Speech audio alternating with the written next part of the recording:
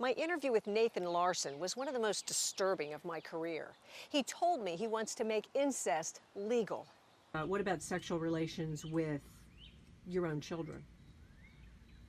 Like, I would favor, like, legalizing incest. So how does a guy like that get on the ballot to run for Congress? He's running as an independent in Virginia's 10th congressional district. All you need are 1,000 signatures. Those are public documents, so I've got some of them right here. And many of them are signatures from people who live here in Leesburg. And one of them is a young mother from this neighborhood. Okay, so you're Cassandra Marroquin? Marroquin, yes. Marroquin.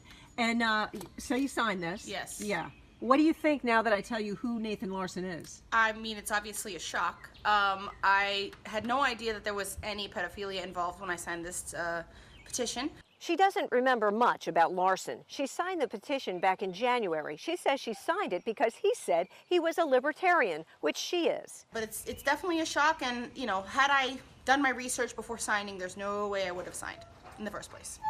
You regret it? Yeah, absolutely. Yeah, you know, there's so many things that you just click accept to and you just run with it, and I think people need to take a little bit more time to putting some value towards what they're signing for. The other thing you need to know about Larson is that he's a convicted felon. He spent 18 months behind bars after threatening to kill President Obama. In 2016, Governor McAuliffe restored voting rights for hundreds of felons, including Larson, who was then able to run for state delegate last year. Virginia's GOP chair John Whitbeck blames Democrats for that. Their policy of restoration of felons' rights, blanket restoration of felons' rights, led to him being eligible to run for Congress. And here we are.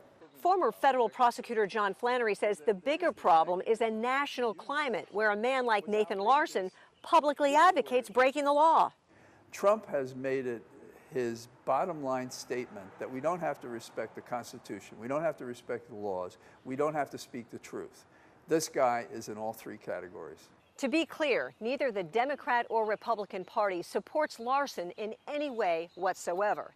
And I'm told that Larson could have run for Congress even without having his voting rights restored. In Leesburg, Peggy Fox, WUSA 9.